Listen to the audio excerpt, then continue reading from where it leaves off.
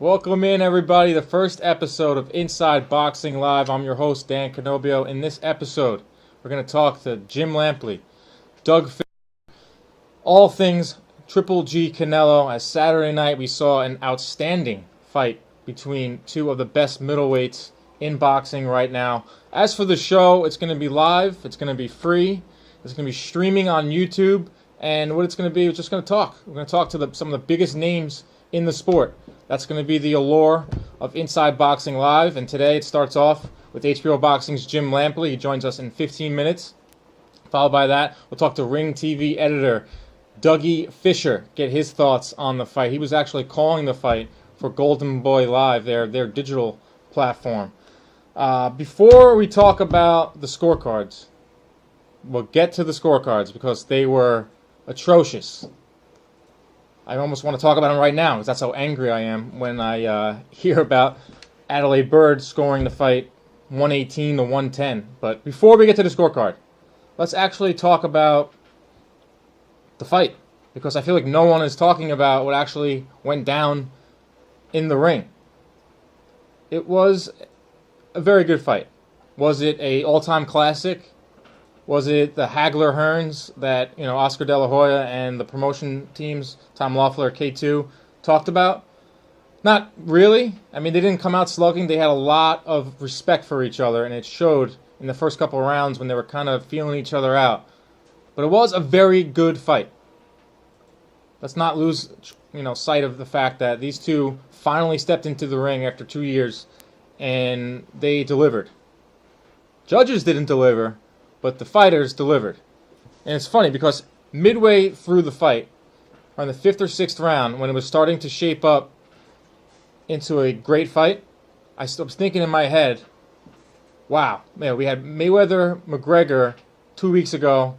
Say what you want about that fight, but from everything that I learned, people seemed to like that fight. They were happy with it. And now 2 weeks later, we have another mega fight. Triple G and Canelo. And I'm thinking midway through this fight, like, wow, 2 great fights in a row. The fans are loving it. Boxing back in the mainstream on the upswing. And then the judges came in. But I'm going to get to the judges in a second. I want to talk about the actual fight. We'll start with Canelo. Came in very cautious.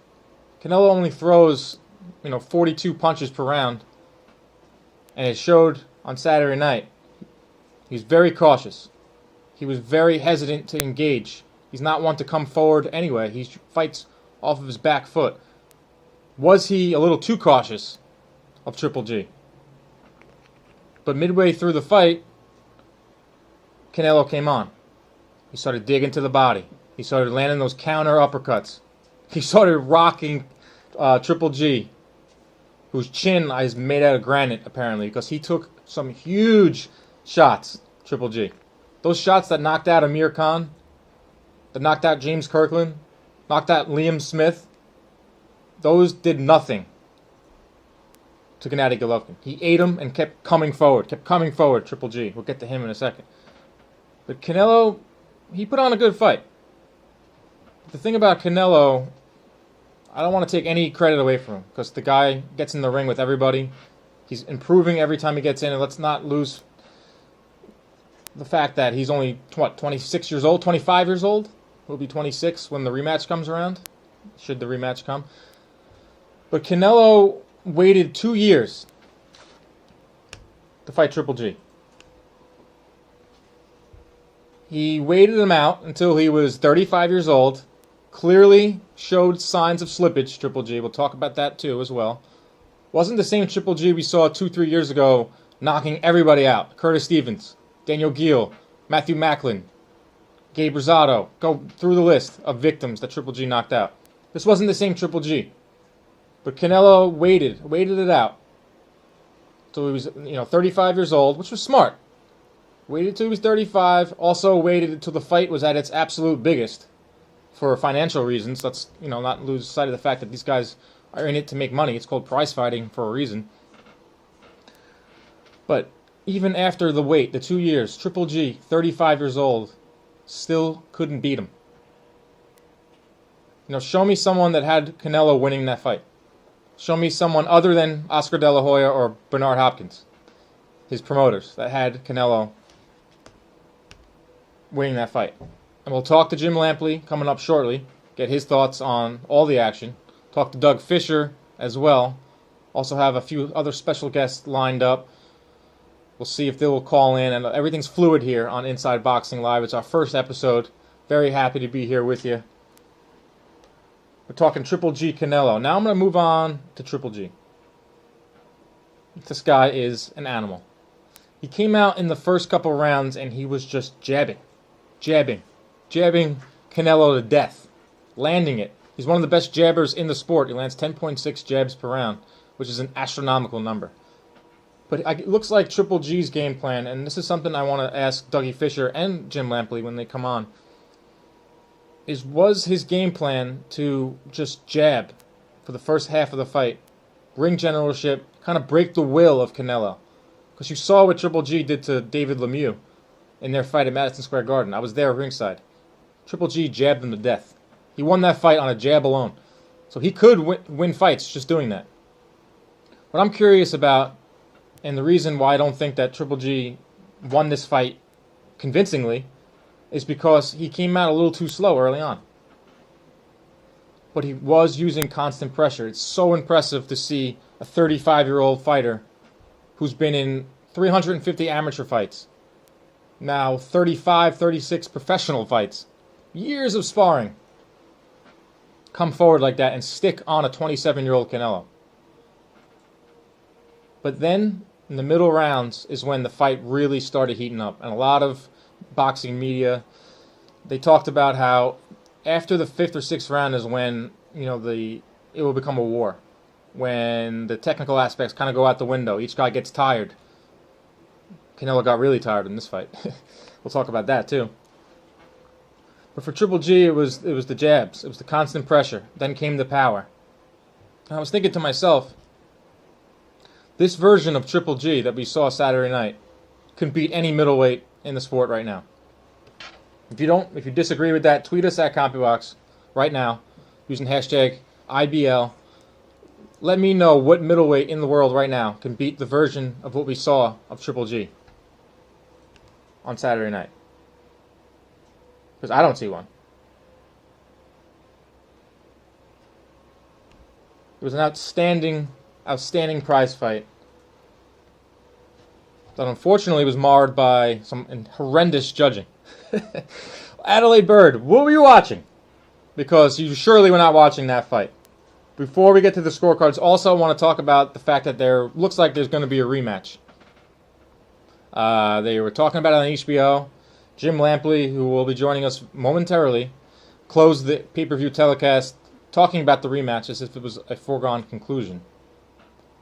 Tom Loeffler and Oscar De La Hoya from the respective camps' promotional team, they banged out this fight relatively quick. Yeah, it took 2 years, but once they got to the negotiating table, the fight was made relatively easy. And there is no other fight to make for either guy.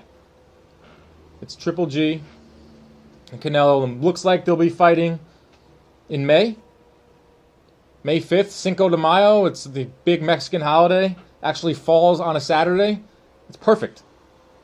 If we couldn't get a decisive winner in Saturday night's fight, the rematch will give you that. And there's a lot of people in the media that are saying that Triple G cannot win a rematch. He's going to turn 36. He's going to be a few months older, more wear and tear in the body. As for Canelo, he's going to be even closer to his prime. Only 27 years old, Canelo. People forget that.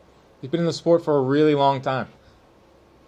But the rematch should be unbelievable. I know there's more rumors of Triple G potentially coming back in December. I don't know about that. I know he likes to stay active, but he's at the point in his career where he made a career payday against Canelo. I understand that he's an old school guy and he wants to keep unifying the belts. Maybe he can fight Billy Joe Saunders. I don't see why that should happen. Billy Joe Saunders, I think he destroys Billy Joe Saunders. Also, don't even give Billy Joe Saunders that stage.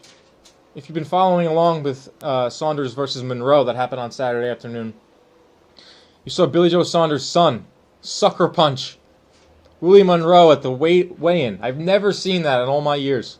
I don't think anyone's ever seen that. So Billy Joe Saunders, not only the fact that he's just not a viable opponent for Triple G, just don't give him that stage. And then there's also Miguel Cotto, who was in attendance at the fight. He wants a big send-off. You know, Miguel Cotto is in the business of making money. That's why he fights at this point in his career. He wants to fight the winner. Well, there was no winner. He wants to fight Triple G. But I don't think Triple G should come back in December. That's just my opinion. I think he should wait it out, enjoy himself a little bit. You know, he made a career-high payday, probably made upwards of $10 million for this fight. Take a few weeks off, take a few months off, then get back in the gym and get ready for May. Canelo Triple G 2. Now, we can talk about the scorecards.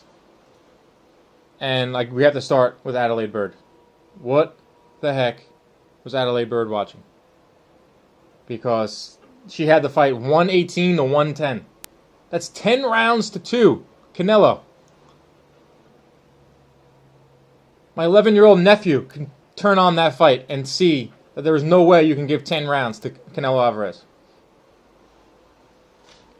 And I'm just looking at her scorecard right now. 10 rounds to 2.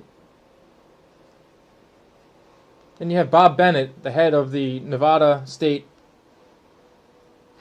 Commission, going to bat right away for Adelaide Byrd. He says, Adelaide, in my estimation, is an outstanding judge.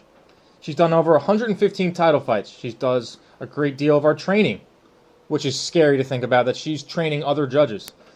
She takes a lot of the younger judges under her wing and provides them instructions as a judge. I happen to be one of them, and I happen to be a judge for 2.5 years. Unfortunately, Adelaide was a little wide tonight. I'm not making any excuses. I think she's an outstanding judge. But like any business, you have a bad day. You have an off day. No. You can't have bad days in judging. You can have bad days if you work at McDonald's, if you work in an office, and you're going through personal issues, or you didn't get enough sleep the night before. You can't have bad days when you're judging. It's 36 minutes. It's one of the best jobs in the world. You're sitting around and you're sitting ringside and you're watching a fight. And anyone with 2 eyeballs sees that fight was close. Did you have it a draw? Did you have it for Golovkin, as most people did? But 118 to 110, 10 rounds for Canelo? It's disgusting. These guys put in their life's work into the sport. That last Saturday night should have been a night where each guy picks up the biggest win of their career. It validates their career. Instead, we have shoddy judging. In addition to Adelaide Byrd, who has been ripped from pillar to post, Don Trella scored the fight 114-114. Okay, but that's closer to what we saw in the ring. But what was interesting about Don Trella is he scored round 7 for Canelo. Canelo landed a fight low 4 power punches in round 7. Even Adelaide Byrd, 10 rounds to 2 Canelo, gave round 7 to Triple G. If Don Trella gives round 7 to Triple G, he wins the fight by split decision. That's how close this fight was. And the third judge, Dave Moretti, 115 to 113. The only judge that had it correct, in my opinion, because that's the exact score that I had. 7 rounds to 5 for Triple G. But even that scorecard by Dave Moretti, 115 to 113, that's extremely close. That just shows you the type of fight that it was. I know a lot of people, I was getting a lot of text messages, getting a lot of responses on Twitter that he won the fight. But right now, we're going to bring in HBO Boxing. Hello. How you doing, Jim? Yeah, this is Jim. Hey, Jim, you're on the line with Dan Canobio. How are you? Doing very well. I want to talk Triple G Canelo with you right now. And you were ringside for the fight. You called the fight. You've been able to digest it a little bit. What were your thoughts now here on Monday morning? It was a very good fight. Not the truly great fight I had imagined and envisioned in my mind for quite a while.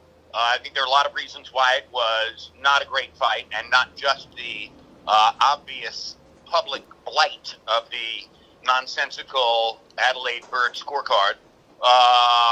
Obviously, draws are never satisfying to the public in the same way that a victory for either fighter is or would have been in this instance. But I think there was tremendous intensity. There was tremendous desire. Both fighters showed their will for real combat, which is sometimes missing in the sport. And at the end of the day, it's a mixed bag. I am among the broad ringside consensus of people who had the general sense that Gennady was the winner, that he was the winner essentially by outboxing Canelo, and most particularly by landing his jab as an effective weapon throughout the fight. I think the fight was close enough that a draw would not have been totally unpalatable to the boxing public were it not for the obviously fraudulent Adelaide Bird scorecard. The Adelaide Bird scorecard kind of masks the other discrepancy, which is that the draw is created by Connecticut judge Don Trella scoring the 7th round for Canelo Alvarez. The 7th round was one-sided enough in Gennady's favor that Adelaide Bird scored it for Golovkin. So if Trella had scored that for Golovkin, as would appear on the surface to be the obvious case, then Gennady would have had the win that most of the boxing public accorded to him, and this would be treated somewhat differently. So it's interesting that Bird, with her totally outrageous scorecard, kind of created a smokescreen that's going to cause a lot of people to overlook the fact that it was really Trella who created the draw by scoring the 7th round for Canelo Alvarez. Yeah, I absolutely agree with you. And in that 7th round, Canelo landed a fight low 4 power punches. So, it was his worst round. So to score that round for Canelo is utterly preposterous. And all the shade is being thrown at Adelaide for very good reason. Her scorecard ought to prompt an investigation of some sort. But Don Trella is a veteran, respected judge. How in the world can you score the 7th round for Canelo Alvarez? It's just crazy. Yeah, and that's, like you said, that's what made the fight a draw. But back to the actual fight at hand, were you surprised by the amount of respect, not just outside the ring, because it seemed like these two guys like each other, the amount of respect they were showing for each other in the ring during the early rounds of the fight, both, as Canelo as a counterpuncher? I was very surprised at the first 3 rounds. I expected them to go in and make a fire in the first 3 rounds. And instead, the one thing that I had told people wouldn't happen did happen, which was kind of a feeling out process. And I think one big reason for that, which is a big factor in the overall outcome of the fight, is that Gennady Golovkin is clearly fearful of Canelo Alvarez's power counterpunching, and that would seem to me to be the reason why Golovkin basically dispensed with body punching. If you go back and look at the 23 knockout streak, most of those knockouts were set up by vicious body punching. He did not go to the body against Canelo Alvarez at all. He landed only 8 body punches by CompuBox count in the entire fight. Yeah. And that tells you how much respect he had chosen to pay or paid once he was in the ring to Canelo's power counterpunching, the chance of getting countered upstairs if he threw a body shot. I wasn't surprised that Alvarez treated Golovkin's power with respect, but I do think we're watching the deterioration of a 35-year-old fighter before our very eyes. The other element besides body punching that was missing from Triple G's game is that unbelievable footwork and the ability to cut off the ring that he used to have. If you watch carefully both this fight and the Jacobs fight, you'll see him sliding horizontally along inside the inner portion of the ring, mirroring the opponent who is sliding along the ropes on the perimeter and never getting that lead foot out in front and trapping him and suffocating him the way he used to do when he was the best he could be. And, I think you have to attribute that to a 35-year-old fighter who was in his 388th boxing assignment.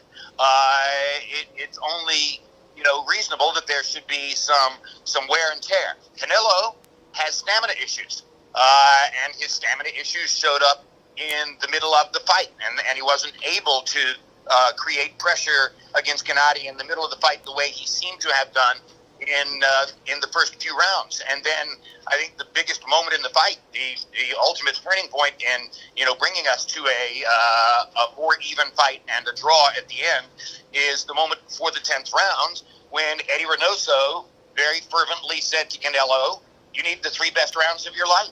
I mean, Eddie obviously had seen the fight well, knew that Canelo had lost the fight if there was no dramatic reversal in those last 3 rounds, begged for the dramatic reversal, and got it. It was very reminiscent of what Virgil Hunter did in getting Andre Ward to perform the way he did in the closing rounds of the first Kovalev fight. I thought that Virgil Hunter was the hero of the first Kovalev fight for Andre Ward, and no question in my mind, Eddie Reynoso was the hero for Canelo Alvarez the other night by making clear at exactly the right moment what Canelo needed to do, and Canelo did indeed produce the rally when he needed to sweep all of those last 3 rounds. Yeah, Canelo, if you look at round 12, too, when, like you said, he needed to win those final 3 rounds. Round 12, Canelo really let his hands go, something that he probably should have done earlier on in the fight, which brings me to my next question. Were you surprised by Triple G's game plan early? Do you think Triple G should have been more aggressive in those earlier rounds and get those in the bank? I certainly didn't think that he would come out and box against Canelo the way he did against David Lemieux. I don't know why he was as conservative and as self-protective as he was. Again, I go back to the point about, maybe Canelo's a bigger puncher than most of us give him credit for. Gennady did not seem to want to take a lot of risk. And again, the other factor, the inability to cut off the ring. If his footwork were the same as it used to be, those first 3 rounds might have looked a lot different. Yeah, I know Golovkin's output was down. He threw less punches. It's been going down, as you guys at CompuBox have pointed out, that his punch output went down significantly in the last 2 fights against Brook and Jacobs. Yeah. Here, he followed the pattern of Brook and Jacobs rather than to go back to being the younger, more vibrant, more energetic, more active, more fearless Gennady Golovkin. I think at the end of the day, you have to attribute that to 35 years old, 388 boxing assignments in his life. Now, do you think that Triple G, I know there's rumors that he wants to fight in December against maybe Billy Joe Saunders or Miguel Cotto. What would you tell Triple G to do? Should he wait and just wait it out, and for the rematch that's most likely going to happen in May? Unless he's all about money, I don't see any real reason to fight Miguel Cotto. I think he beats Cotto, so putting another Hall of Famer on the resume as a win, maybe that's something that appeals to him. Maybe he wants to shake the kinks out, try to figure out why he wasn't more active against Canelo and why he hasn't been a more aggressive fighter in the last couple of fights. So I can understand. I don't think there's any necessary reason for him to take a fight in December, but I can understand him doing it. Obviously, Canelo's situation is different. He's the biggest monetary draw in the sport. He's going to make a lights-out sum of money every time he goes into the ring. I don't see Canelo finding any reason to want to fight in December. I think he'll probably prepare himself for the very likely rematch in May. We're on the line now with Jim Lampley, HBO Boxing's lead play-by-play guy, and also the host of The Fight Game, which will be another episode on Wednesday night. Talk a little bit about, there's a lot of people saying that Triple G has no shot to win the rematch. I said it in the opening of this show, is that Triple G can't fight a better fight. I'm not in the same boat as that Triple G can't win a rematch, but what do you say to those that say that Canelo will win a rematch because he'll be closer to his prime? I understand the thought process, and I think there's an analogy here between Ward Kovalev 1 and this fight. You could make the case that the biggest thing that happened in Ward Kovalev 1 was Kovalev got the drop on Ward. Kovalev shocked him with his power and his speed and his boxing ability, and then as the rounds went on, with Virgil Hunter's help, Ward was able to calibrate what it was Kovalev was doing and provide the antidote. He came up particularly with the right-hand body shots under Kovalev's heart that ultimately shortened his jab and limited the right hand and made it possible for Andre to step inside and begin to take over the fight with his body punching. By the time the second fight came around, Ward understood what the formula was, knew how to do it, did it from the first round onward, wound up with a body punch knockout. So I think that model stays in place. Canelo had a lot to learn about fighting Triple G. The last 3 rounds of the fight suggest that he learned a lot on it, that he was in a better position in the last 3 rounds to understand what it was he needed to do than in the 9 rounds prior to that, and that's what allowed the rally that got him the draw. Coming into a second fight, who has the momentum? Obviously, the guy who won the last 3 rounds of the first fight has the momentum coming into the second fight, and he's still 8 years younger. So I totally understand the thought process. I don't rule out the possibility that you see a revival of the old YouTube dominating superstar Triple G. That could still happen. But if physically and mentally the same Triple G enters the ring in May against Canelo as the guy who fought the other night, then Canelo will be better. And he will have a better chance to win more rounds and maybe ultimately clearly win the fight. Speaking of Triple G entering the ring, as you said, something that I noticed when he was making his ring walk and something that made him so popular, so marketable, you talk about him as a YouTube sensation, is the smile that he has on his face when he's walking into the ring. Most guys are very stoic, but that's what I saw on Saturday night. I saw a very tight Triple G. He wasn't his normal, smiling before the fight. Is that something you saw as well? 1,000%, and I believe I talked about it. I'd have to go back and listen to the telecast, but I think I made the point that he looked tight, he looked nervous. Max Kellerman had told us that the atmosphere in that dressing room was markedly less relaxed than the atmosphere in Canelo's dressing room. I can understand it. It was Gennady's first time fighting in Vegas. It was his first time on this large a pay-per-view. He was fighting a guy that he thought of as a lesser fighter, but in circumstances where the lesser fighter had financial control, institutional control, et cetera, et cetera. So I can certainly understand the seeming unease that Golovkin felt coming to the ring, but you're right. It was a totally different person than the YouTube sensation Triple G. There are any number of possibilities for the reasons. Maybe he realizes that at 35, he's not the same thing as he was a couple of years ago, and that's going to present both tactical and physical problems for him in the ring of the kind that he experienced the other night. Now, talk about a little bit about the vibe in Vegas. I was out for Mayweather-McGregor, a fight that was, it was a different type of vibe for Mayweather. It was more of a spectacle. And that, from everything I heard about Triple G Canelo, was that it was for the fanatical fans. It was more of a jovial atmosphere. Speak a little bit about the overall vibes in Vegas for this big fight. Well, first of all, if you missed being at this fight because you had to go to an exhibition involving a retired boxer and a kickboxer, you're more to be pitied than blamed. Yeah, I know. Second of all, it was a great atmosphere. It was a tremendous weigh-in, one of the best environments I've ever seen for a weigh-in. And part of the beauty was that there's spirited support for both fighters, Canelo and Triple G, but there's no anger. There's no hard edge. The Triple G supporters and the Canelo supporters were able to laugh with each other, drink with each other, party with each other, jive back and forth without there being any undercurrent of animosity or hatred. It was really beautiful. The night of the fight in the arena, just as at the weigh-in, standing room only, phenomenal crowd, totally international boxing environment. I mean, you had Mexicans rooting for Triple G, you had Europeans rooting for Canelo. There was a tremendous cross-pollination. If ever there was going to be an advertisement for why boxing is great and which boxing events are the right ones to support and go to, this was it. Yeah, unfortunately, it was marred by, again, a terrible scorecard. Adelaide Byrd. I mean, this fight will wear the stain of that scorecard forever. And Trello will be forgotten, but he created the draw.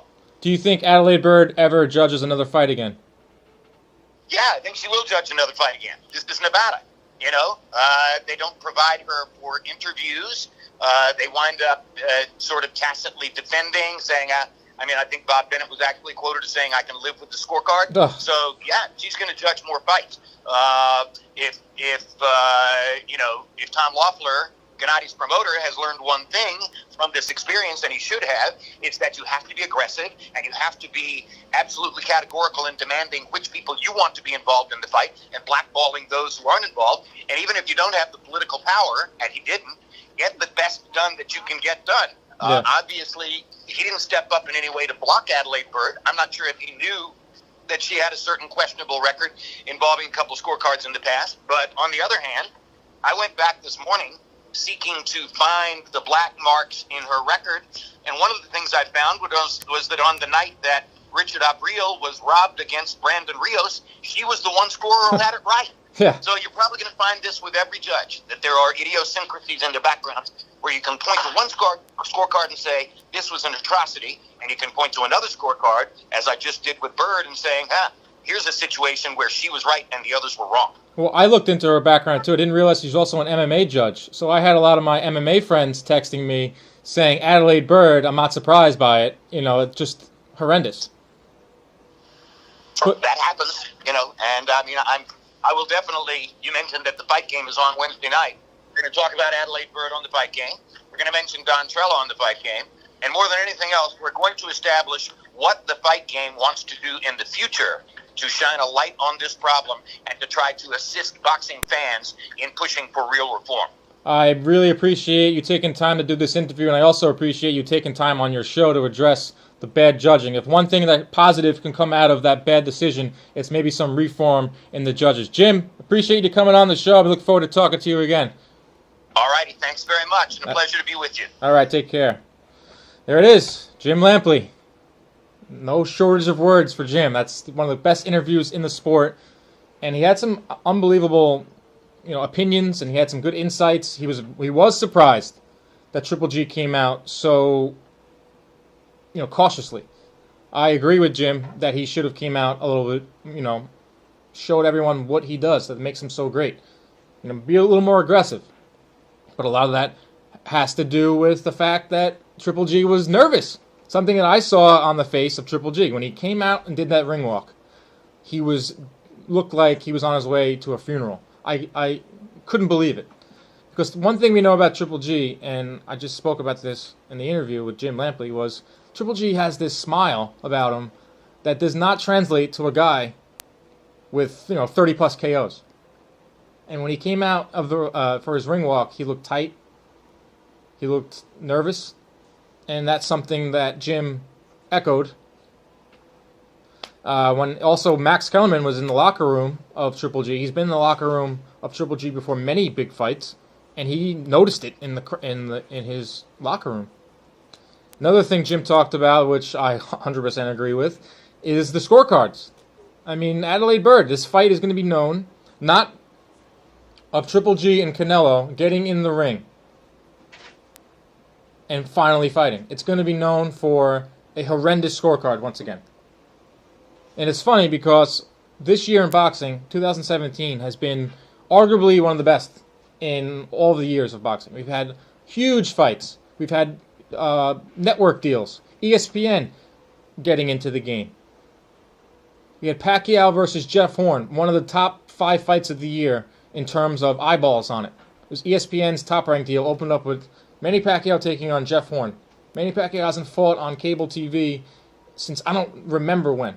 This was over the summer. Of course, we know how that fight played out. It was a great action fight, great for the fans. Ton of people tuning in. No football. We had a little bit of baseball, but no basketball to interfere. Boxing was on the main stage. ESPN. Manny Pacquiao, Jeff Horn. How did that fight play out? Jeff Horn wins a decision that no one had. So it's just a shame that 2 of the top maybe 3 or 4 fights this year, Triple G, Canelo, Pacquiao, Horn, are looked at under a black eye of bad judging. And I really, really, really hope that Jim Lampley's voice and his show on HBO, The Fight Game, on Wednesday night will address this. I know that Michael Montero at the post-fight press conference, he pressed Bob Bennett. Bob Bennett, the Nevada State Athletic Commission executive, he's the one who picks the judges for these fights. And for him, I understand that he's going to back, in this case it was a woman, he's going to back his woman in this one. But come on, man. You got to come out and you got to put down a quote. You got to make a statement that says, I am appalled by this scorecard. This won't never happen again. Adelaide Bird is a great judge, but I'm going to have to look into this. Not she had a bad day. We'll get him next time. Are you kidding me? There is no next time for these guys. There's a next time for Adelaide Bird. There might not be a next time for Canelo Alvarez or Triple G, God willing. So I couldn't believe Bob Bennett's reaction to that. But we have to have a special thank you to Jim Lampley for coming on the Fight Game. I'm sorry, his show is the Fight Game, for coming on Inside Boxing Live. Before we get to Dougie Fischer, we have a few questions from the fans. Michael Defwy wants to know, do you think Canelo started laying on the ropes halfway through round 3 when he was having so much success standing in the center of the ring? Or I guess he's saying why. It's Mike Def and he's saying why. That's what he's saying. So why do you think Canelo started laying on the ropes? Well, the reason I thought Canelo started laying on the ropes is because he was tired. Canelo gasses out. Canelo takes minutes off of rounds. He's not Conor McGregor gassing out, where he can't even stand up straight. But every fighter has a different gas tank. Not everyone is like Triple G, where he constant pressure, sticking on him, cutting off the ring. So I think it was a combination of Canelo being tired. I also think it was also Triple G pressuring him. No one can cut off a ring better than Triple G. Every time in that fight, Canelo was in the corner. He was up against the ropes. Oh, I remember saying it while I was watching it. Canelo's up against the ropes again. Canelo's up against the corner again. And I'm thinking, is this his game plan? Like, I understand he's a counterpuncher, and he's very dangerous with his back on the ropes, very dangerous backing up. But after, like, the third, fourth, fifth, sixth time of him in a corner up against the ropes, I started to think the guy's either tired, or let's give some credit to Triple G. He took it right to him.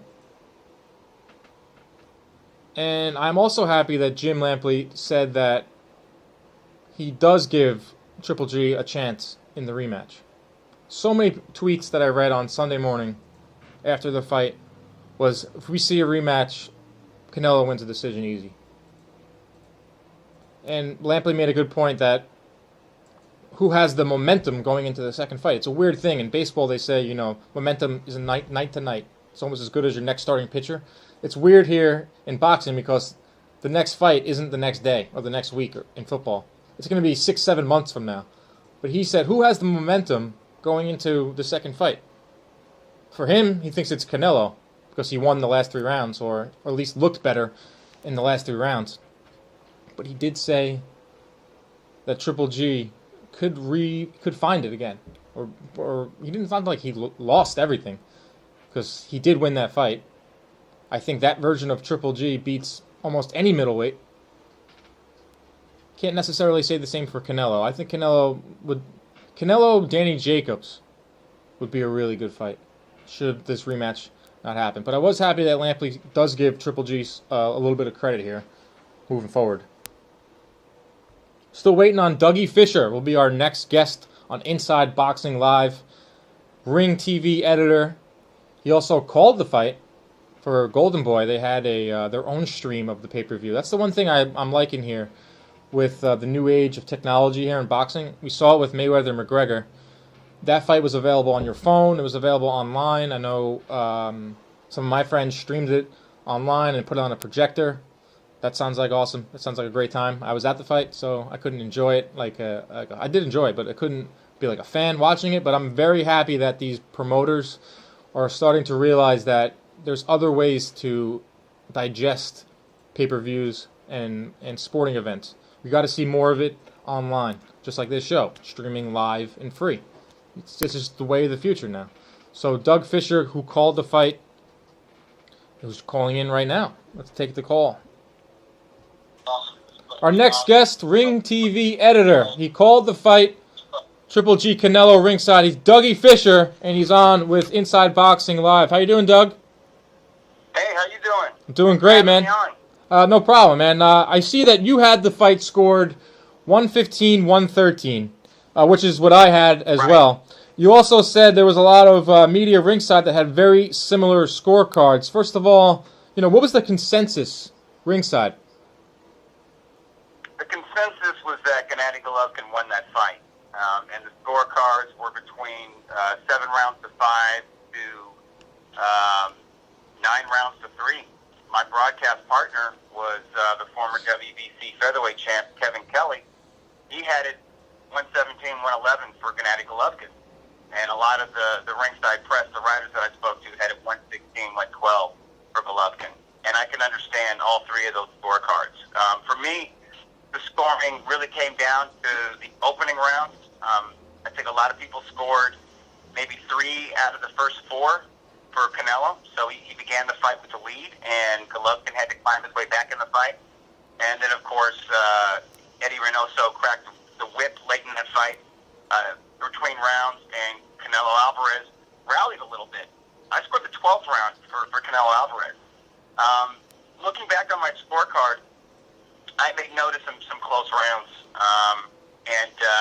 I think round 4 was a swing round for me personally, because live at the fight, I thought it was very close, and I scored it for Canelo Alvarez. I thought he got more done in that round. I think it was a question as to who had the better ring generalship, because Canelo was moving very well, countering very well, fighting fairly well off the ropes, but he did get clipped with a huge right hand from Golovkin, and that was probably the best punch landed between either two fighters in the fight, up to that point. I think that round could have easily gone to Gennady Golovkin just on the strength of that one big right hand. I mean, that was the most effective blow in that round. I don't think Canelo was hurt, but that was the cleanest, hardest, most effective blow. And otherwise, it was a very even round.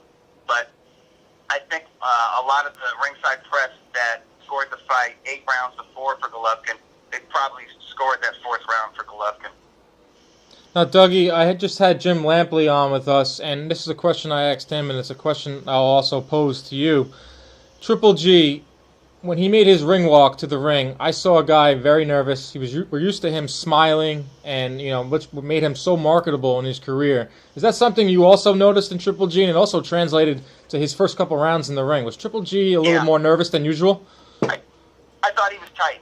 I thought he was a little tight. I mean, I thought he was dealing with the pressure and the magnitude of this fight, but this was by far the biggest stage that Golovkin had ever fought on as a professional. I mean, this stage probably trumped his Olympic experience.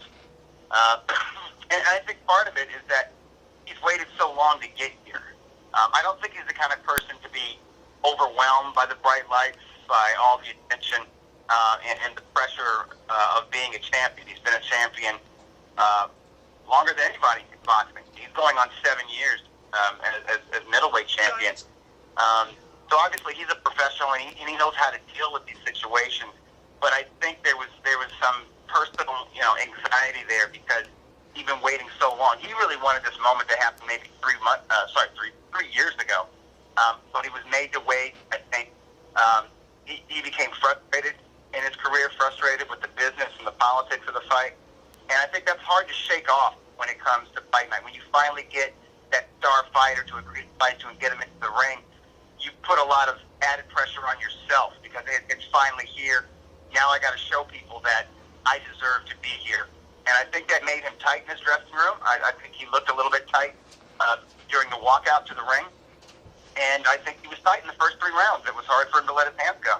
But I also think that Canelo surprised him a little bit. I think, in his mind, he was thinking, okay, Canelo's either going to try to bum rush me, to come right at me to earn respect, kind of crazy-like, and I'll be ready for that, or he's going to try to run away like most fighters do, and I know how to deal with that because I'm great at cutting off the ring. And Canelo did a little bit of both. Canelo stood his ground, but he was, defensively responsible, landed some crisp shots, not super hard shots, but fast and crisp and accurate shots, and he moved pretty well around the ring. And I think he might have surprised Golovkin in the opening round, definitely in the second round. And I thought Canelo was very relaxed and confident looking in the third round, as he got off first, and avoided Triple G's return shot.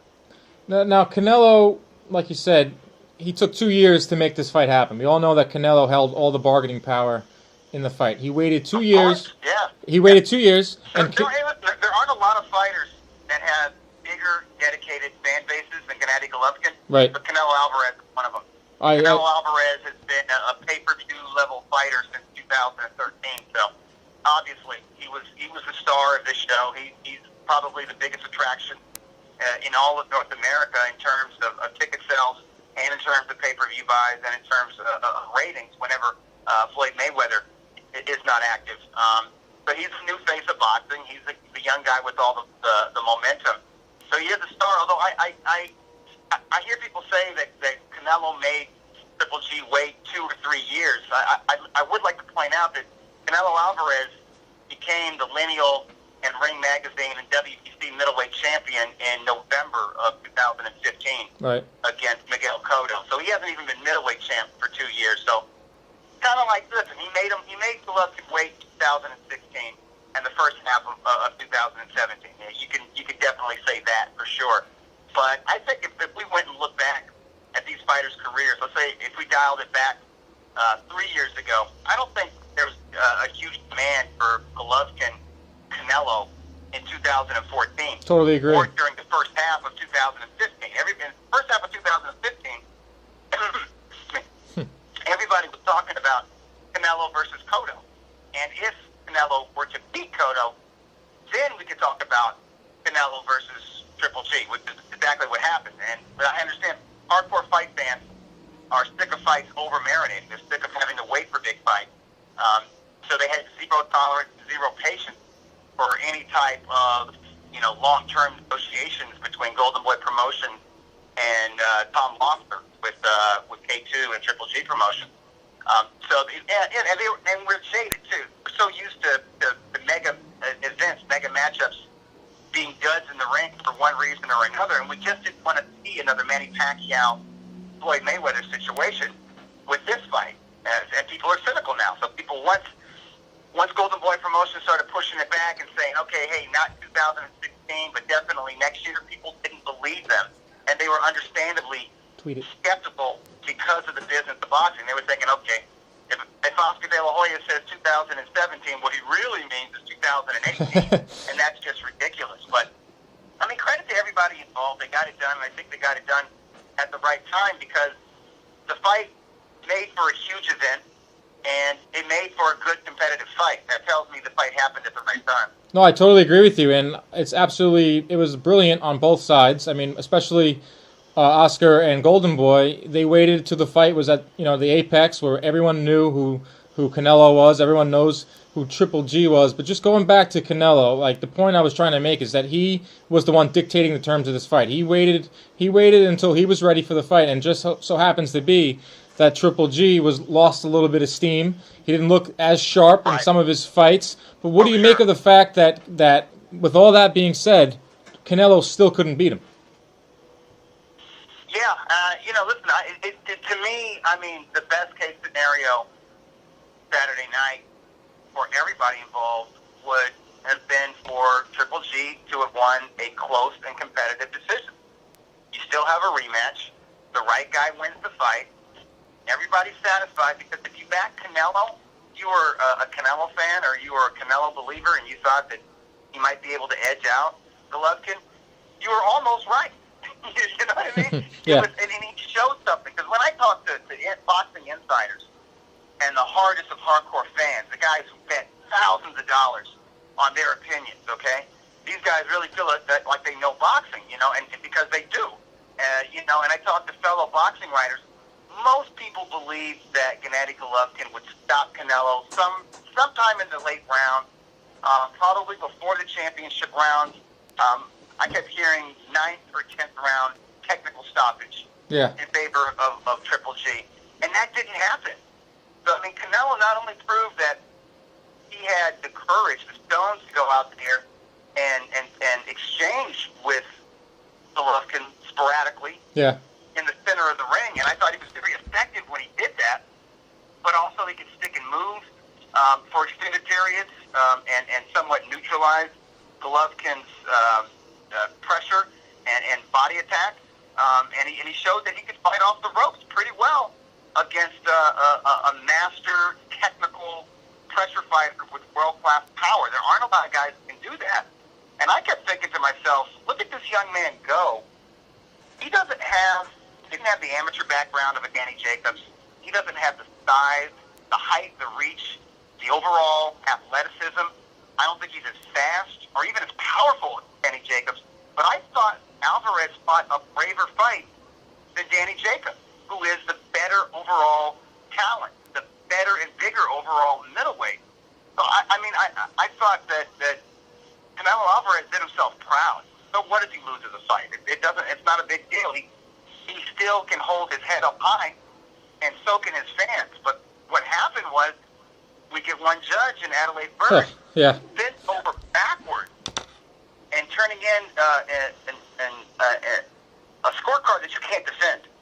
That you can't explain that. There is no explanation. If Adelaide Bird actually does sit down with Bob Bennett, she's not going to be able to explain her reasoning for scoring all those rounds for Canelo Alvarez. And that hurt Canelo Alvarez. And his fans, Canelo Alvarez, in that arena, after that decision, lost fans. Yeah, I heard boos. Oh, this guy's protected. He's clearly protected. And we can't back a guy like that. And there were a lot of folks who were wearing Canelo Alvarez hats and Canelo headbands that after the fight, they were wearing Triple G gear. They had Triple G T-shirts and hats on. I saw a lot of that. Wow. Doug, I know you're a guy that's in the know. I want to talk a little bit about Adelaide Bird, of course. It's unfortunate that we have to mention a judge's name on the show after a fight we've been waiting for 2 years. But do you think that she ever judges again? And have you heard anything other than Bob Bennett's statements that he pretty much supports her?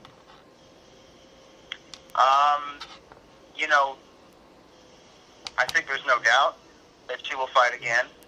Fight again. Well, I like to see her in a ring. I think there's no doubt that she will judge again and screw up a fighter, a fighter's career eventually. Yeah. No, I've seen this over the years. I started covering boxing 20 years ago. I've done it full time since the start of 2000. So we're talking about 17 years full time. When I see egregious officiating from referees or from official judges, they always come back. If the public makes a big enough stink, they'll pull them back. They might what I would call give them a demotion. In other words, knock them down from championship bouts and high-profile 10-rounders to the non-televised undercard. So suddenly they're back to scoring or officiating 8-round bouts between prospects and up-and-comers, or a prospect versus a journeyman, that sort of thing. Yeah, we saw this with referee Russell Mora. Mm-hmm. I thought he officiated one of the worst fights in recent memories. All you guys got to do is just, if you go on YouTube, just put in Russell Mora and Abner Mares, Joseph Ekbeko. Yeah. First fight. Yep.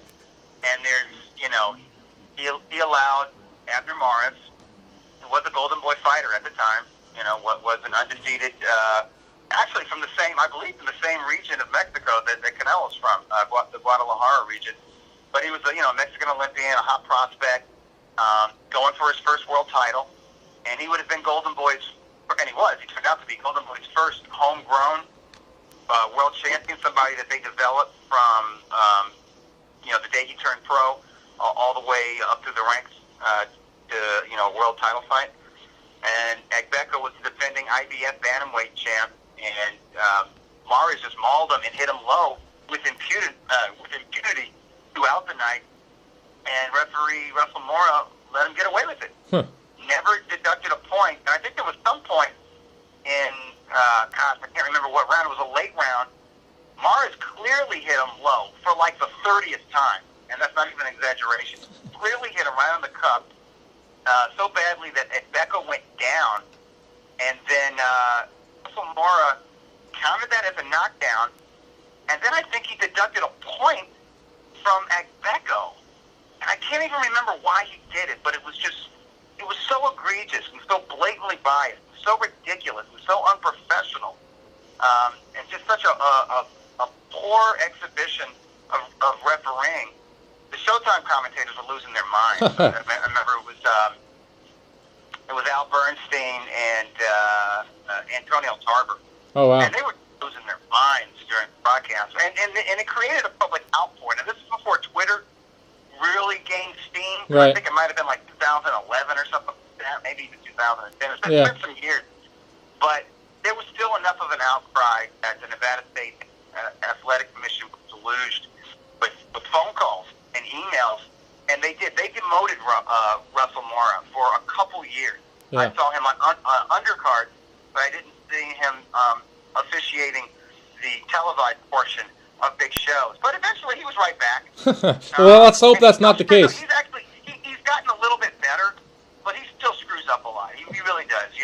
So Yeah. it's just, when you're entrenched in the commission, particularly as long as Adelaide Bird has, Right. they're not going to get rid of you. It's a crony system. Married to Robert Bird. They'll get a slap on the wrist. That's all that's going to happen.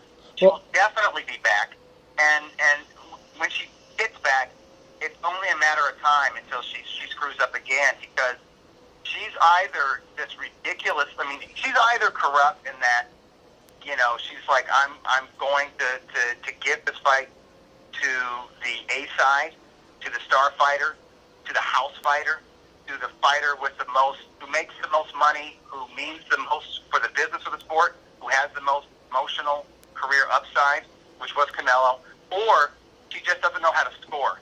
huh. It's one or the other. Or she just sees a guy sticking and moving, and even if he's not effective, she's like, well, that's boxing, so he wins the round. Right. And there are a lot of veteran official judges who probably never boxed a day in their lives who believe that. They look at the guy coming forward, and they say, well, this guy's methodical, he's plotting, yeah, he's aggressive, but this other guy, he's boxing. That's the art of boxing. He's moving side to side, and he's avoiding the confrontation. Right. And I would say to those people, hey, that's fine, as long as that guy doing the stick and move routine, as long as that guy's landing. Right, you gotta land. Effective blows. If Right. he's not doing that, Yeah. and he's not necessarily winning the round, but a lot of folks don't really understand what the hell they're looking at, and that could be Adelaide Bird. It could be. Now, Doug, before we let you go, the rematch seems like it's going to happen May 5th, Cinco de Mayo weekend. Who do you like in that one? Oh, man, jeez. Loaded question. I favored Golovkin. I was one of the few people who picked Golovkin by decision, because I know Alvarez, he's just reached his athletic peak. I know he was young enough, strong enough, but also experienced enough. He didn't have that amateur background that Golovkin had, but he turned pro at 15. He had 15 more pro fights than Golovkin and over 180 more professional rounds of experience than Golovkin. So I knew he also had the experience and ring savvy to survive rough patches. So I thought it would go the distance. I figured that Golovkin would be the more consistent fighter offensively with that pressure and land the harder blows. And, I assumed the judges would do their jobs correctly and score it for the right guy. One of them got it right. The other two didn't. Yeah. But going into a rematch, I mean, listen, Canelo Alvarez knows that he can go 12 with Golovkin. He's the fighter who's in his prime, at his peak. He might stand his ground a little bit more, but that might play into those heads and hands of Gennady Golovkin. Gennady Golovkin, on the other hand, he can watch this fight and say, damn it, I let the fight go, really. I gave these people an opportunity to rob me by not being, by not applying harder pressure, by not going at him harder and faster in the opening 3 or 4 rounds. So he can make those adjustments. So honestly, I don't have a strong favorite in the rematch. I think the edge in career momentum, however, goes to the 27-year-old fighter. Oh, yeah, no doubt about that. Well, Dougie, I appreciate you coming on Inside Boxing Live. We always value your opinions and your insights, and we hope to hear from you soon. Oh, thank you, Dan. Anytime. All right, thank you, Doug. That's Dougie Fischer. Very interesting tidbits from Mr. Fischer. He actually called the fight for Golden Boy's digital platform, and he made some good points. He made some excellent points about Triple G and Canelo. He does think that there will be a rematch, obviously, and he's giving this the momentum is something that Jim Lampley talked about as well. The momentum is clearly on Canelo's side. He's younger. He won the final 3 rounds. Got the fans behind him. Although Dougie also made some points there that a lot of the fans in the crowd, I did hear booing during Canelo's post-fight interview. They were booing. He said some fans took their Canelo hats off, threw them, which is insane. But that's the beauty of the Mexican fan base. They know good boxing. They want a certain style out of their fighters. They're not used to a fighter backing up like Canelo did. They're not used to a fighter waiting 2-3 years to let an opponent that everyone wants to see in Triple G fight him. But I do agree with Doug that that Canelo does have the momentum going forward in this fight. But it's been a great show thus far. I think we have one special guest. We're waiting on his call. I'm not going to reveal it just yet. But in the meantime, I'll open it up to the questions here. We got Steven Nelson checking in. Talking the Triple G Canelo rematch off the board. What's one fight that I want to see? Wow, that's a tough question, Steven Nelson. One fight that I really wanted to see was the rematch of Joshua and Klitschko. But Klitschko retired off into the sunset. But I guess, Anthony Joshua versus Deontay Wilder. It's a heavyweight matchup. It's two young, undefeated fighters. One American versus a Brit. I'd like to see it happen in, maybe a stadium here in the U.S. It'll probably happen in Vegas. And hopefully Adelaide Bird is not on the one of the judges there. But that's a fight that I would love to see. Errol Spence versus anyone, really. Errol Spence versus Terrence Crawford. Oh, man. Terrence Crawford versus Manny Pacquiao. Yeah, towards the bottom of my wish list. But you know what? 2017 has been very good to boxing fans. We've gotten, usually we play this game on Twitter of what's your wish list for boxing, and it's usually fights that can never be made. And this year we got them all. We pretty much got them all, and that's including Vasyl Lomachenko taking on Guillermo Rigondeaux on ESPN. I think it's December 4th. December 4th, my producer, Bobby C's, let me know that. That's a fight that the fans asked for, and it's almost going to be like a be careful what you wish for type of scenario, because these are two very technical fighters, Lomachenko and Rigondeaux. It's a fight I want to see. I'll tune in for sure. That's 100%. So we got any more questions here? Mike Deff is saying we should let people call in. I agree. This is our first show, Mike Deff, and moving forward, we're definitely going to have to take some calls. Thomas Beecher says, does having this match end in a draw hurt boxing moving forward? Certainly doesn't help, Tom. Certainly doesn't help when you have the biggest fight on the calendar, a fight that's been, marinating for 2 years, end in a draw. I got a lot of text messages from casual fans. I can't believe boxing has ties. And I never thought of it that way. And I was like, you know what, you're absolutely right. These guys fight. There should be one clear winner in a fight, not a tie. At least, let them go one more round. And have a judge come in. Again, not Adelaide Bird. But another judge come in, score a sudden death. There's no ties. There's ties in the NFL, and that doesn't happen that often. And even that, it's like kissing your sister. And I saw that meme, or that GIF meme was on Instagram and Twitter. It was this guy kissing his sister. I don't watch Game of Thrones. Nick, my producer, watches Game of Thrones. He's shaking his head. Yes, that's something. I was wondering what that was, but a tie or a draw, it's like kissing your sister, and no one wants to do that. So no one wants to see draws. I was taking a look. Mr. Blonde says, can't wait for Triple G Canelo 2. Me too. After talking to Doug Fischer, talking to Lampley, they got me geeked up for the rematch. I had such a bitter taste in my mouth after that fight. And I think a lot of fans had a bitter taste in their mouth after that fight because they wanted the clear winner. There was so much positive momentum in boxing. You had Mayweather-McGregor, the fight that we couldn't avoid. The social media super fight as Mauro Ranallo. That's another good guest that we got to get on here. We got to get Mauro on Inside Boxing Live. But Mauro called that fight the social media super fight. And that was a fight that captivated everybody. Everybody and their mother watched Triple G Canelo. Mayweather-McGregor, including my mom. Shout out to Still Canobio. But there's so much positive momentum going between that fight, and it's so unheard of in boxing to have two super fights 3 weeks away from each other. But of course, there has to be a black eye. Of course, we have to talk about judges. We're not talking about an absolutely stunning fight. Of course, boxing just trips itself, and then, here we are. And then we have to talk about judges. We have to spend, 50% of interviews with Jim Lampley and Doug Fischer talking about disgusting scorecards and other travesties. Which brings me to this little tidbit that I had our producer drum up. Notable title fights that ended in a draw. Of course, you had Gennady Golovkin-Canelo, September 17th. The last draw was Pacquiao-Marquez 1 back in 2004. That was a draw in a title fight. You had Lennox Lewis, of course. Lennox Lewis, Evander Holyfield, 1999 at MSG. That was a fight that Lennox Lewis won. They actually had a hearing for that, if I'm not mistaken. They had a hearing. They had the comment box numbers were on big display there, because I think that's what fans want. Is they want answers. Like in any other sport, there's answers. If something is a controversy or there's something unjust, usually there's a follow up. There isn't someone saying they had a bad day.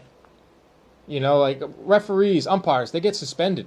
They're not allowed to officiate anymore. In boxing, they'll just send her right back out there.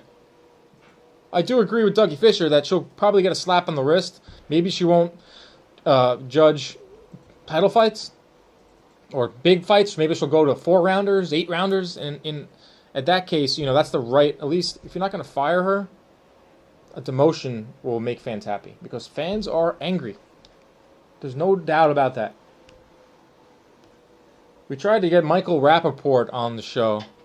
I'm texting back and forth with him. I sent out a tweet on CompuBox Twitter. Don't forget to send us your questions. I said, is the undisputed king of trash talking Michael Rappaport coming on the show? He responded with, the king is on a plane. I think he's flying to LA right now. So we'll have to get Rappaport on the next show. Because that dude likes boxing. And he also likes to talk trash. But it's been a great show thus far. It's obviously heavy on Triple G Canelo. There's really nothing other to talk about. It was a fight that I had 7 rounds to 5. And of course here at CompuBox we have the punch stats to illustrate why I believe that Golovkin won the fight. Golovkin outlanded Canelo 218 to 165. He outlanded Canelo. Triple G outlanded Canelo in 10 of the 12 rounds. Usually the guy who outlands a fighter in 10 of the 12 rounds wins the fight. Same thing with Manny Pacquiao and Jeff Horn. I'm pretty sure that, I think it was 9 of the 12 rounds Pacquiao outlanded Horn. You win the fight. That's usually how it works.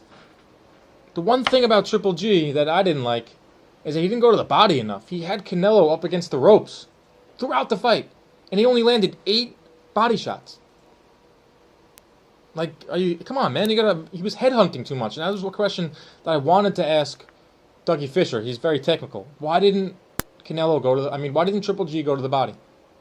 Why was he headhunting so much? Canelo also, he outlanded Triple G in power, 114 to 110. So if we take a look at the CompuBox punch stats for this fight, Golovkin outlanded Canelo 218 to 169. But the big edge was in jabs. You know, I can't add as fast as Lampley does on the air for the fights, but Golovkin landed 108 jabs to just 55 for Alvarez. But Alvarez had the edge in power. 58 punches, my producer tells me. 58 punch difference in jabs. 53, even he can't add. It must be a Canobio thing. But if you take a look at the CompuBox punch stats, you saw what you see here. I know they're not everything. They're not the end-all, be-all for a fight. But if you take a look at it, if you watch that fight, you knew that Triple G controlled the fight with his jab. He was pressuring him, as evidenced by 53 more jabs. But if you make a case for Canelo, it was because he landed more power. His power punches rocked Golovkin. There were so many times in that fight where Canelo hit the chin of Golovkin. Way more times than the reverse. So the stats in this fight actually paint the picture of what happened. Triple G was moving forward, landing more jabs. Canelo was landing power. There you have it. Waiting for our final guest of the show.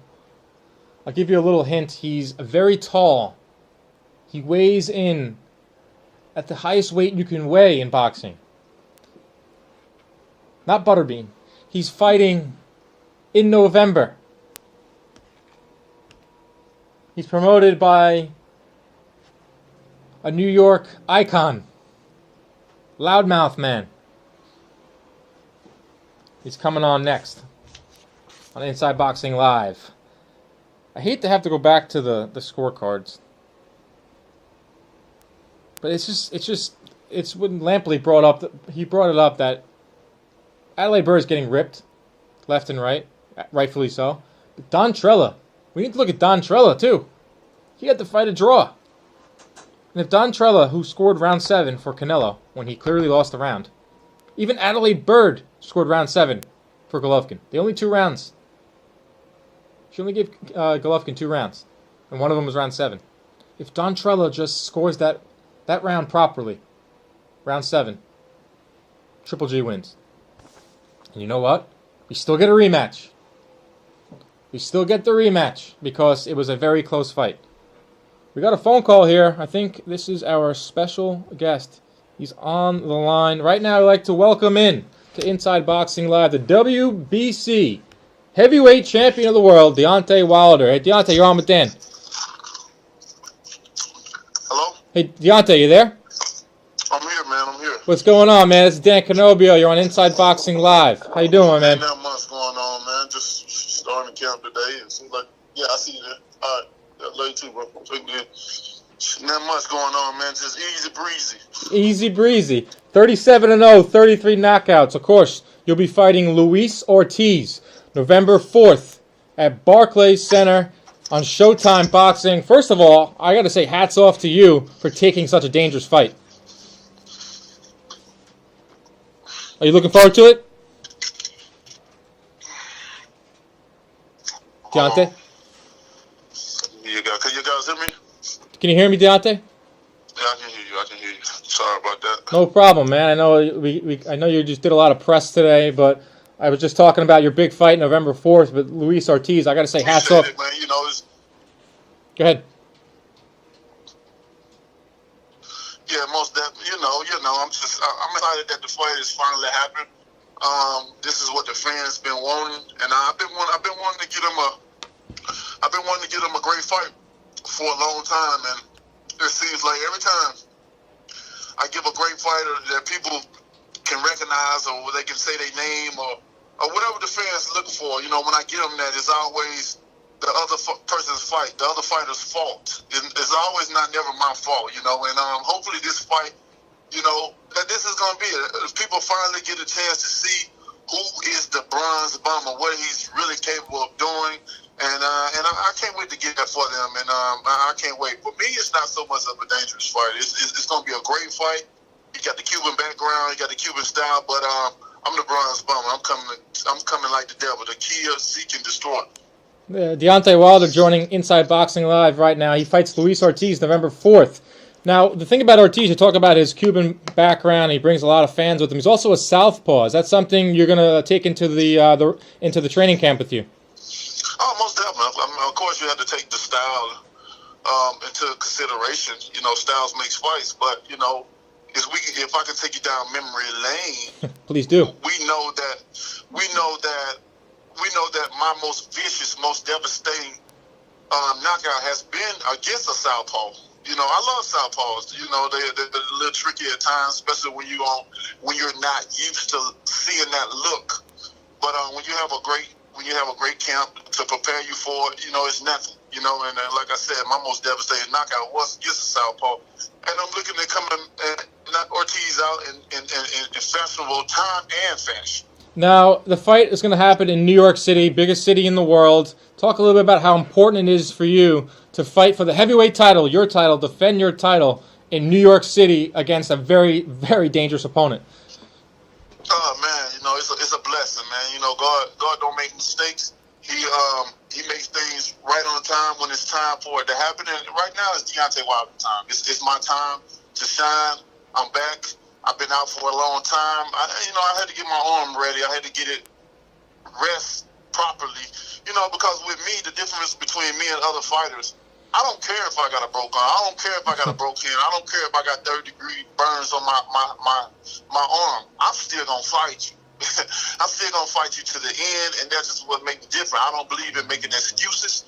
It is what it is, and may the best man win. So, with that being said, man, what greater platform to go to war with such a great fighter, such a great talent than Luis Ortiz. I can't wait, man. This is the fight that people have been waiting for. This is a massive fight, and I just tell people they better get ready, get prepared right now, get your rooms ready, get tickets ready. It's going to be a great one. You definitely don't want to admit. Oh, did we lose him? With the heavyweight division being where it is, and I just can't wait. I'm excited. I'm excited to be back going to Brooklyn again. Yeah. You know, I had so much fun. Arthur Spuka, and I can't wait what this one's going to be like against Luis Ortiz. I can hear the excitement in your voice, Deontay, and I think it's translating to the fans out there. The heavyweight division you just talked about is on fire right now, and of course we saw a great fight this year between Anthony Joshua and Vladimir Klitschko. I got to ask you about Joshua. It seems like the both of you on a crash course. Oh, most definitely, most definitely. He had a great fight against Vladimir Klitschko. You know, no matter what people may say, some say that Klitschko coming off a year layoff and a loss as well too, and you know he was age and all that and stuff like that. But you know, at the end of the day, it's a fight. You know, and we signed up to do this, and that's what we'll do. It's no excuses. And that's what I'm all about, no excuses. You know what the deal is before you get in that ring, so don't make excuses after everything happens. You know, if you don't come up the winner, don't make excuses. It is what it is. You just pick yourself up and get back up. So with that being said, you know, I can't wait for me and Joshua fight. I've called them all out. See, the thing about it, they scared of me in this division. The heavyweight division knows who's the man in the division. The guys at the top know who's really the guy that's really at the top. Who's really the beast? Who's the dog? Who's the devil of this sport? No, I agree. Who's the you know, and it's Deontay Wilder, hands down. You know, so what I'm gonna do for Joshua is I'm gonna take care of his light work as his mandatory.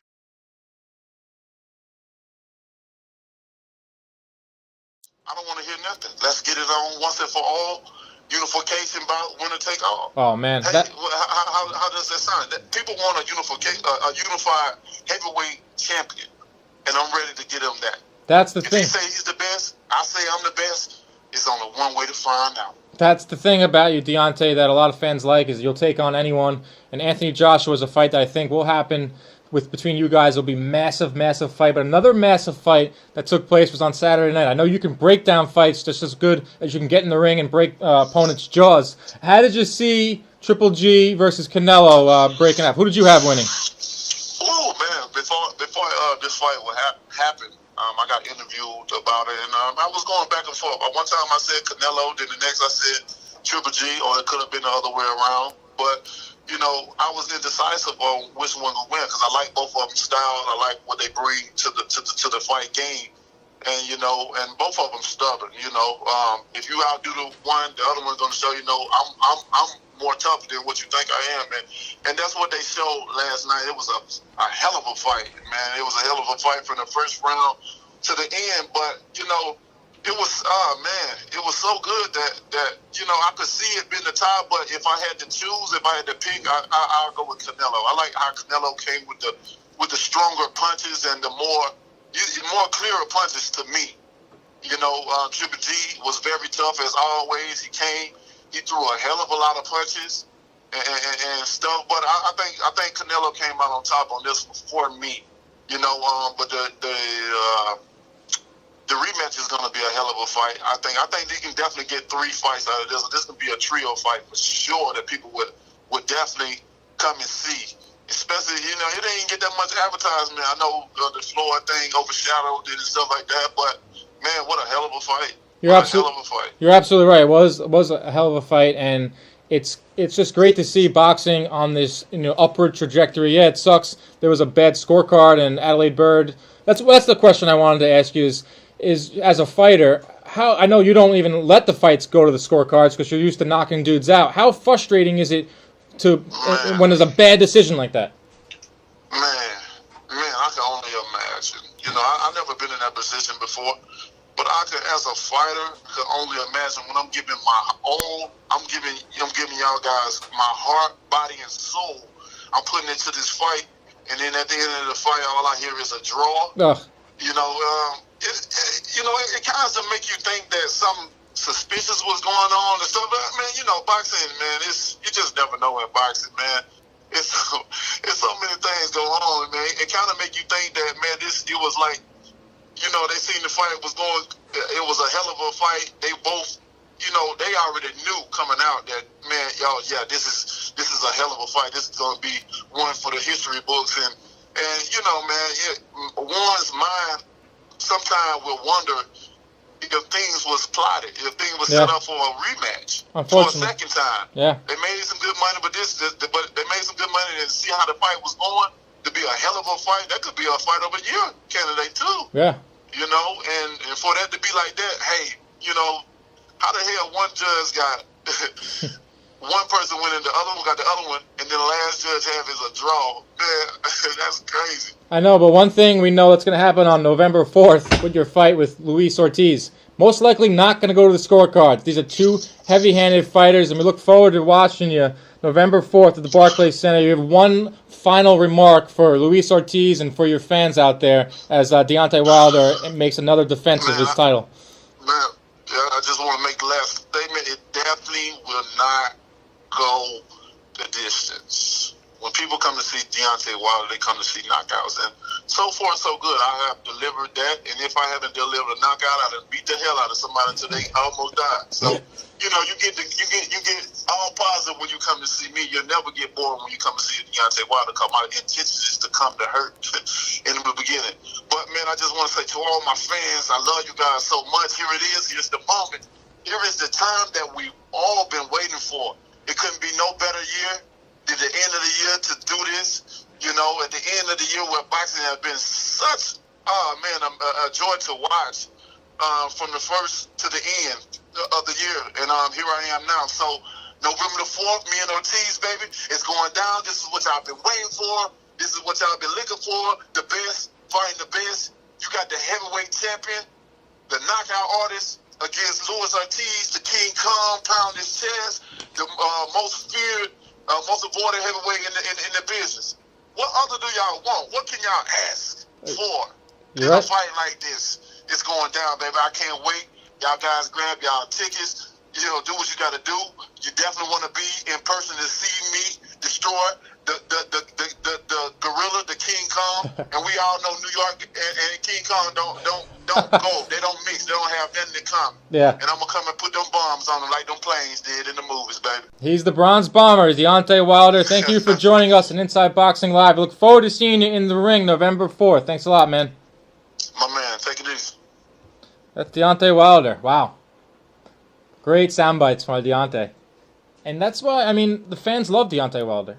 He brings it in the ring, as evidenced by 97.4 KO percentage, and the guy can talk. He can hype a fight. I'm ready to jump out of this seat and start shadow boxing. But that's a really good fight. And shout out to DeBella Entertainment, Sean Sullivan and Lou DeBella for getting the interview with Deontay Wilder. I know he's very busy. Wednesday, it is the official press conference for that fight at the Barclays Center. So special thanks to them for getting the WBC heavyweight champ of the world, and Tim Smith too as well. But Deontay Wilder, man, that dude brings the pain. That fight it's a can't miss fight in the heavyweight division. Like, if you're not going to get Wilder versus Joshua yet, because that fight I don't think is ready yet, I do think it will happen in 2018. The second best fight you can make is Wilder versus Ortiz. It's great, and he didn't have to take this fight. That's one knock or one criticism of Deontay Wilder is like he built up his record to 30-0 before he fought Stervern, but he's fought some big dudes now, and now this is probably the biggest step up in his career. So it's good to see fighters like that, taking that step up, because Joshua Wilder is on a crash course. Like, he even said it himself. Like, he knows like that fight's happening. He knows he's not overlooking Ortiz. I wouldn't overlook Ortiz. Deontay Wilder, wow, that was awesome. But we're going to wrap up the show now. A special thanks to our guests, Jim Lampley, Doug Fischer, and the WBC heavyweight champ, Deontay Wilder, for joining us. Also, great work from our super producer, Nick Canobio, executive producer, Bob Canobio. I'm your host, Dan Canobio. We'll see you next time on Inside Boxing Live.